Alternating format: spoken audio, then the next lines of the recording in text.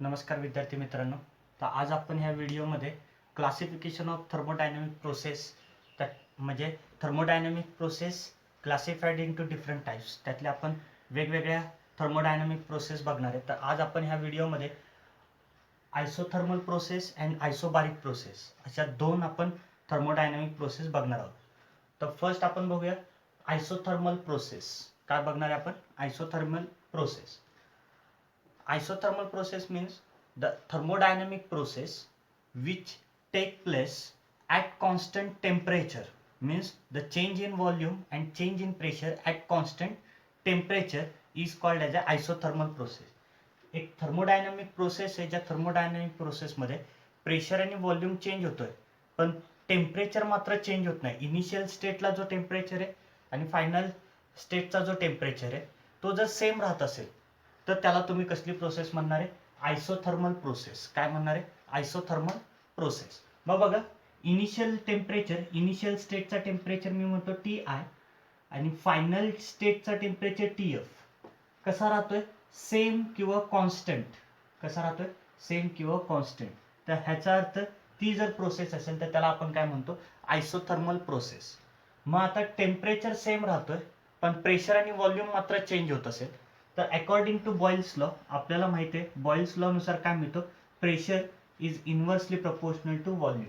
काय असतो? Pressure is inversely proportional to volume. Means if you increase the pressure volume is decrease and if you decrease the pressure volume is increase. तर हे आपल्याला Boyle's law नुसार हा formula मिळतो. म्हणजेच ह्याचा अर्थ काय झाला? तर पीव्ही इज इक्वल टू काय असतो? PV is equal to constant. PV is equal to काय असतो?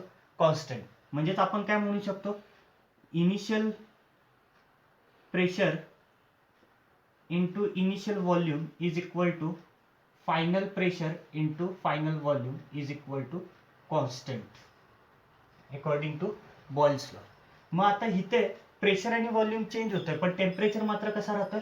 कॉन्स्टंट. म्हणजे change in temperature is equal to delta T म्हणजे T I minus T F, change in temperature. Final temperature minus initial घ्या तर ती value काय येणार आहे? 0. If the change in temperature is 0 it means that जर temperature, change in temperature जर 0 असेल तर ह्याचाच अर्थ काय होतो? तर सिस्टीमची इंटरनल एनर्जी सुद्धा चेंज होत नाही, कारण की आपल्याला माहिती आहे internal energy of an ideal gas is depending on the temperature. जर टेम्परेचर इन्क्रीज झाला तर तुमची इंटरनल एनर्जी इन्क्रीज होते, टेम्परेचर डिक्रीज झाला तर तुमची इंटरनल एनर्जी डिक्रीज होते. जर इथे चेंज इन टेम्परेचर 0 आहे म्हणजे टेम्परेचर मध्ये बदलच होत नाही, ह्याचा अर्थ इंटरनल एनर्जी मध्ये तरी बदल होतोय का? नाही. म्हणजे चेंज इन इंटरनल एनर्जी किती? 0. चेंज इन इंटरनल एनर्जी किती? 0. जर आपण थर्मोडायनॅमिक फर्स्ट लॉ जर आपण बघितलं तर according to thermodynamic first law काय असतं आपल्याला माहिती आहे? According to thermodynamic first law the amount of heat added to the system is equal to some amount of heat is used to increase the internal energy and some amount of heat is used to do the work on the surrounding. तर delta Q is equal to delta U plus delta W. ह्याचाच अर्थ जर delta U जर 0 असेल, internal energy, change in internal energy जर 0 असेल तर ह्याचाच अर्थ आपल्याला काय मिळणार आहे? जेवढी अमाऊंट ऑफ हीट आपण सिस्टीमला देऊ तेवढीच अमाऊंट ऑफ हीटचा यूज कशामध्ये होणार आहे? Work done. म्हणजे heat is completely converted into work. First law नुसार आपल्याला काय मिळालं इथं? आयसोथर्मल प्रोसेस जर असेल तर ह्याचाच अर्थ काय होणार आहे? जेवढी हीट आपण काय देणार आहे सिस्टीम मध्ये ऍड करेल तेवढ्याच हीटचं कन्व्हर्जन कशामध्ये होणार आहे? वर्क डन मध्ये होणार आहे. म्हणजे system do the work on the environment. तर हे आपल्याला थर्मोडायनॅमिक फर्स्ट लॉ नुसार मिळालं. तर आता आपण वर्क डन फाइंड आउट करूया. Work done during the isothermal process. काय फाइंड आउट करूया आपण? Work done during the isothermal process. मग आता बघा, महत्वाचं म्हणजे जेवढं आपण हीट सप्लाय करणार आहे त्याचं कन्व्हर्जन कशामध्ये होणार आहे?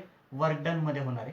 पण आपल्याला टेम्परेचर मात्र, आपण एखाद्या सिस्टीमला बघा, आपण सिलेंडर घेत होतो, सिलेंडर मध्ये आपण गॅस फिल केलाय and we use the movable frictionless massless piston आणि आपण एक्सटर्नल हीट ऍड करतोय, बर्नरचा यूज करून आपण एक्सटर्नल हीट ऍड करतोय. मग एक्सटर्नल हीट ऍड केल्यामुळे हा गॅस काय होणार आहे? एक्सपांड होणार आहे आणि हा पिस्टन वर ढकलला जाईल, म्हणजेच काय होणार आहे? Work done. पण हे होत असताना महत्वाची कंडिशन म्हणजेच काय, इनिशियली जेवढे टेम्परेचर होतं तर फायनली तुमचं टेम्परेचर तेवढंच राहिलं पाहिजे, म्हणजे टेम्परेचर मध्ये कुठलाही चेंज होता कामा नये. आणि हे कधी पॉसिबल आहे, if we added the heat very infinitely slowly. जर सपोज आपण ही हीट एक्सटर्नल हीट म्हणजे सराउंडिंग मधून आपण सिस्टीम मध्ये जी हीट सप्लाय करतोय, ऍड करतोय, ती कशी करायची, इन्फानाइटली स्लोली, जेणेकरून ही सिस्टीम प्रत्येक at every instant it becomes in thermal equilibrium और it is suppose to be thermodynamic equilibrium. तर ही सिस्टीम आपल्याला कशामध्ये ठेवायची, थर्मोडायनामिक इक्विलिब्रियम मध्ये ठेवायचं, तरच आपल्याला काय करता येईल, वर्क डन फाइंड आउट करता येईल. काय करता येईल, वर्क डन.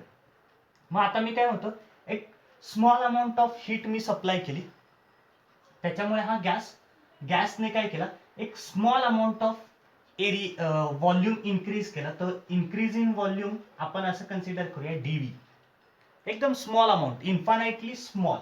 लक्षात येतंय. मग ह्याच्यामुळे मिळणारा जो वर्क डन आहे त्याला मी म्हणतो DW. It is the smallest work done, infinitely smallest work done during the infinitely change in state.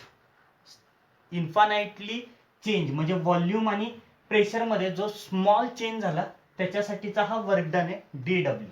तो काय असणार आहे, पी इंटू डीव्ही. आपल्याला हा वर्क डनचा फॉर्म्युला माहिती आहे, प्रेशर इंटू व्हॉल्यूम. हा कोणाचा फॉर्म्युला, वर्क डनचा.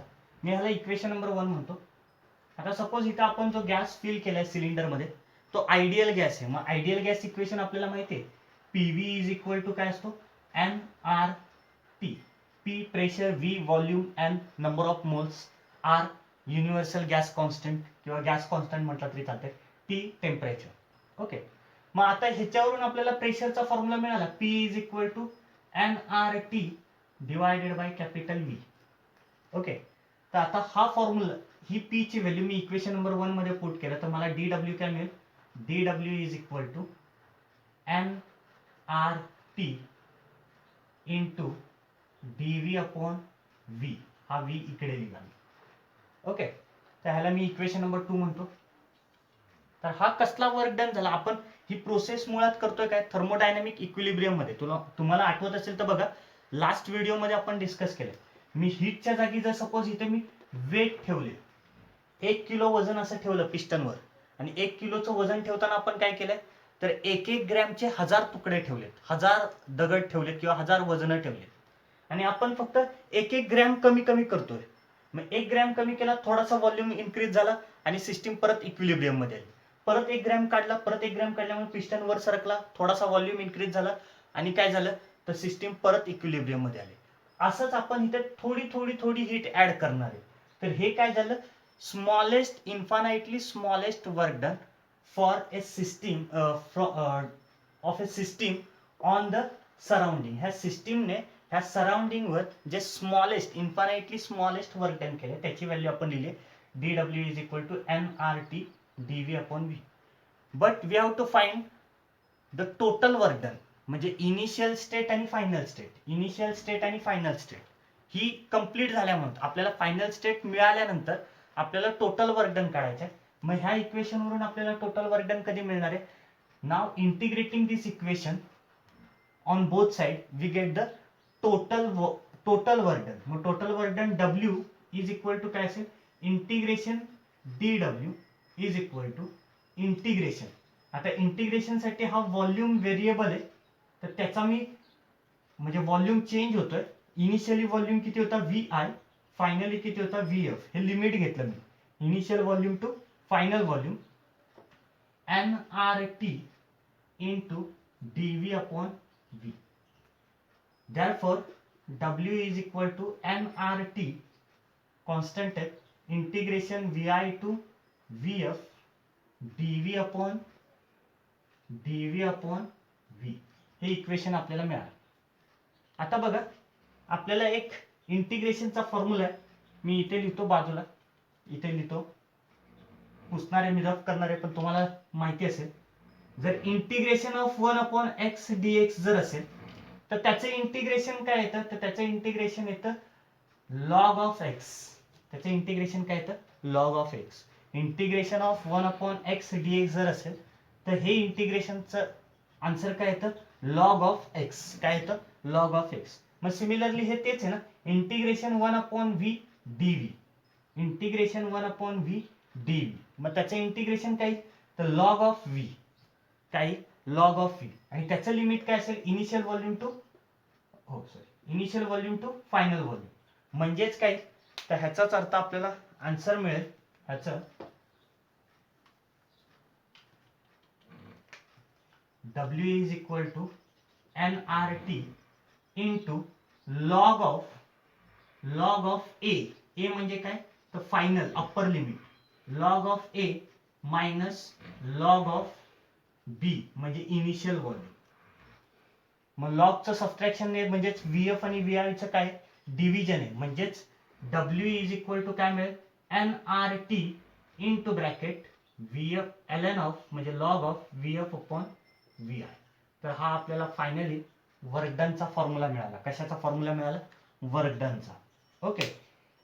तर आता इथे आपल्याला माहिती आहे चेंज इन इंटरनल एनर्जी 0 आहे. मग according to thermodynamic first law आपल्याला काय मिळालं? वर्क डन म्हणजे जेवढी हीट आपण ऍड करू तेवढंच वर्क डन मिळणार आहे. म्हणजे ह्या सिस्टीम मध्ये आपण किती हीट ऍड केली? तर आपण ह्या सिस्टीम मध्ये एवढी हीट ऍड केली असा त्याचा अर्थ होईल. Q is equal to W is equal to nRT into log of VF upon VI. तर हे तुमच्या लक्षात आलं असेल तर हे नोट डाऊन करून घ्या. ह्याच्या पुढे सुद्धा आपल्याला बघायचे.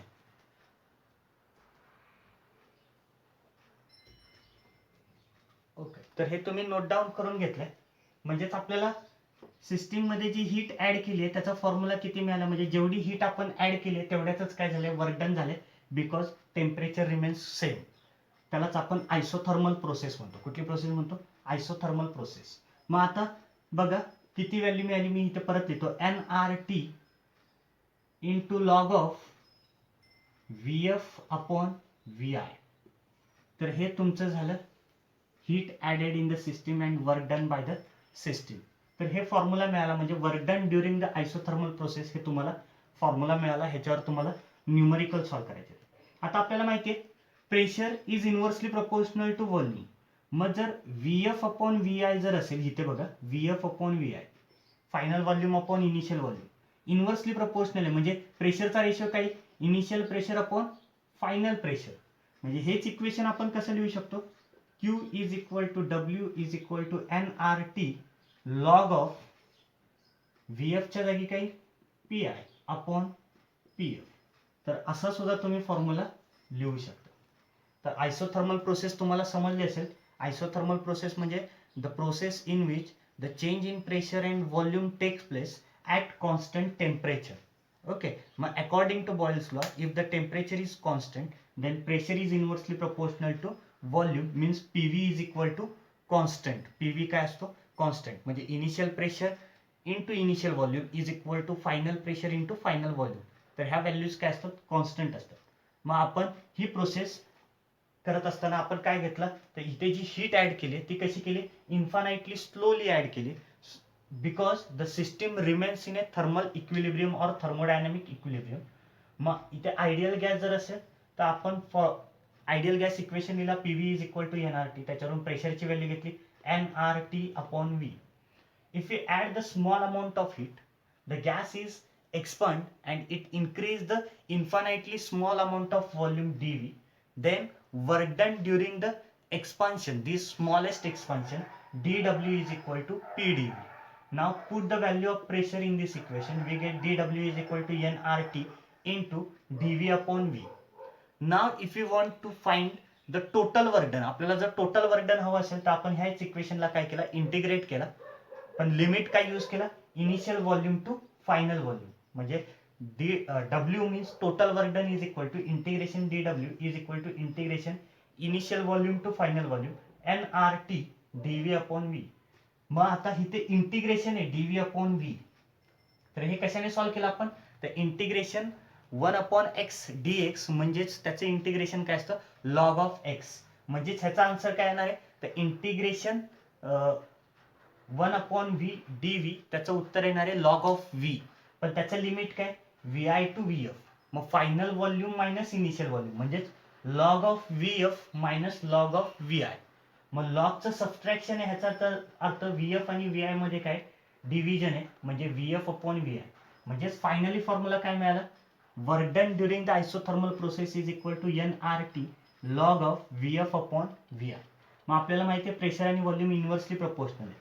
मग VF अपॉन VI च्या जागी काही PI upon PF, PI upon PF, initial pressure upon final pressure. तर हे झालं work done during the isothermal process.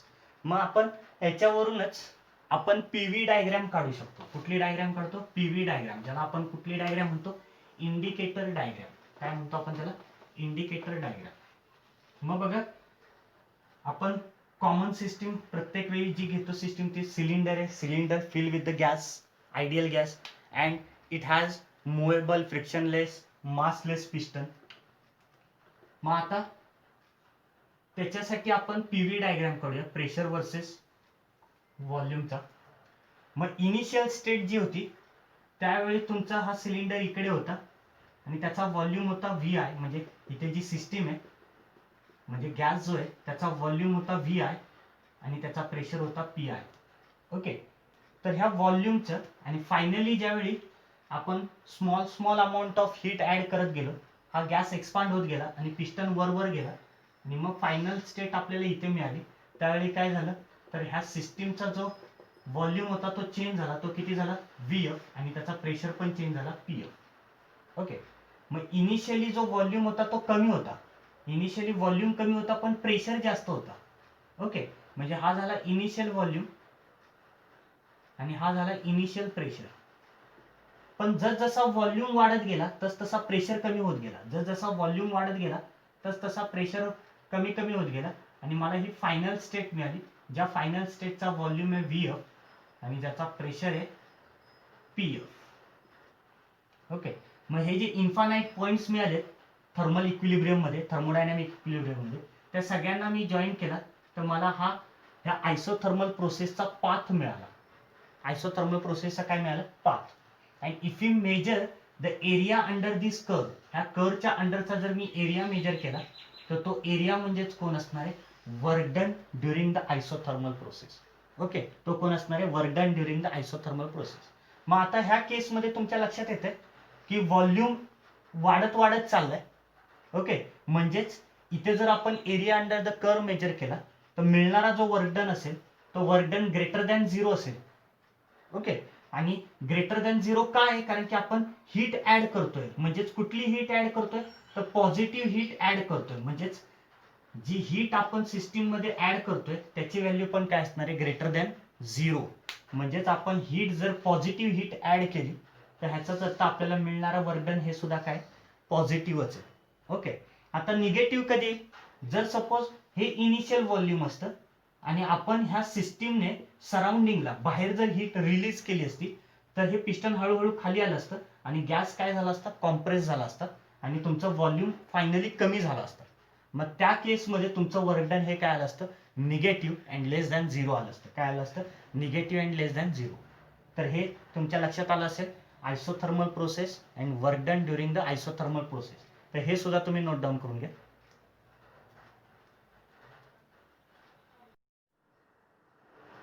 तर आता आपण बघूया आयसोबारिक प्रोसेस. कुठली प्रोसेस बघूया, आयसोबारिक प्रोसेस.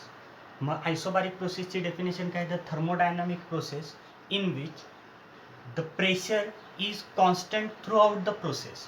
म्हणजे थर्मोडायनामिक प्रोसेस पूर्ण होते तोपर्यंत प्रेशर हा काय राहतो, कॉन्स्टंट राहतो. फॉर एक्झाम्पल बघा, if we boil the water in atmospheric pressure, जर आपण वॉटर एखाद्या भांड्यामध्ये घेतला आणि आपण ह्याला जर बॉईल केला आणि कशामध्ये केला, तर हे जे भांडं आहे त्याला आपण कुठलंही झाकण लावलेलं नाही. म्हणजे इथे जो प्रेशर आहे तो कुठला प्रेशर आहे, तर तो ॲटमॉस्फेरिक प्रेशर आहे. मग इनिशियली जो ॲटमॉस्फेरिक प्रेशर होता तर वॉटर बॉईल झाल्यानंतर सुद्धा ॲटमॉस्फेरिक प्रेशर तेवढाच राहणार आहे, त्याच्यामध्ये कुठला चेंज होणार आहे का, तर नाही. तर अशा प्रोसेसला जिथे प्रेशर काय राहतोय, कॉन्स्टंट राहतोय, तर अशा प्रोसेसला तुम्ही काय म्हणणार आहे, आयसोबारिक प्रोसेस. काय म्हणणार आहे तुला तुम्ही, आयसोबारिक प्रोसेस. ओके, म्हणजे तुमच्या आता लक्षात आलं असेल, तर the thermodynamic process in which the pressure remains same और कॉन्स्टंट. प्रेशर कसा राहतोय, प्रेशर इज कॉन्स्टंट. प्रेशर कसा राहतं? कॉन्स्टंट. तर अशा प्रोसेसला काय म्हणणार आहे? आयसोबारिक प्रोसेस. प्रेशर कॉन्स्टंट राहतं ह्याचा अर्थ चेंज इन प्रेशर काय असणार आहे? चेंज इन प्रेशर असणार आहे 0. चेंज इन प्रेशर काय असेल? 0. ओके. मग आता ही प्रोसेस आपण आयडियल गॅससाठी घेऊया. म्हणजेच काय? तर बघा, एक पिस्टन घेतला, एक सिलेंडर घेतलाय. सिलेंडरमध्ये आपण काय आयडियल गॅस फिल केलं. Okay. And here we use the massless frictionless movable piston. Initial volume of this system is Vi. Okay. And the initial temperature of the system is Ti. And here we apply the pressure P. Okay. Initial pressure म्हटलं तरी तुम्ही त्याला चालू शकता. Okay. आता आपण काय केलं? एक्सटर्नल हीट ऍड केली सिस्टीम मध्ये. ना if we add the external heat, the temperature of the system is increase. हा गॅसचं टेम्परेचर वाढत जाईल. And also the gas expand and it increase the volume. म्हणजेच काय होईल? तर हा पिस्टन वरच्या बाजूला सरकेल आणि सिस्टीमचा व्हॉल्यूम काय होईल? इन्क्रीज होईल. VF का? कारण की सिस्टीमचा टेम्परेचर इन्क्रीज झाला, त्याच्यामुळे गॅस एक्सपांड झाला. ओके. पण प्रेशर मात्र तेवढाच होता. प्रेशर किती होता? जो सुरुवातीला प्रेशर होता तोच. मग अशी जर प्रोसेस असेल तर त्याला तुम्ही काय म्हणणार आहे? आयसोबारिक प्रोसेस. कुठली प्रोसेस म्हणणार आहे? आयसोबारिक प्रोसेस. मग आता ह्या आयसोबारिक प्रोसेसची जर आपण पीव्ही डायग्राम काढली, पीव्ही डायग्राम काय असेल? तर प्रेशर वर्सेस व्हॉल्यूमचा ग्राफ आहे. मग आता बघा, इनिशियली त्याचा व्हॉल्यूम काय होता? कमी होता. ओके. हा त्याचा इनिशियल व्हॉल्यूम. फायनली त्याचा व्हॉल्यूम इन्क्रीज झाला VF. पण प्रेशर मात्र सेम राहिला. म्हणजे प्रेशर हा काय राहिला? सेम राहिला. जो इनिशियल प्रेशर होता तोच फायनल प्रेशर राहिला. म्हणजे तुमची स्टेट चेंज झाली.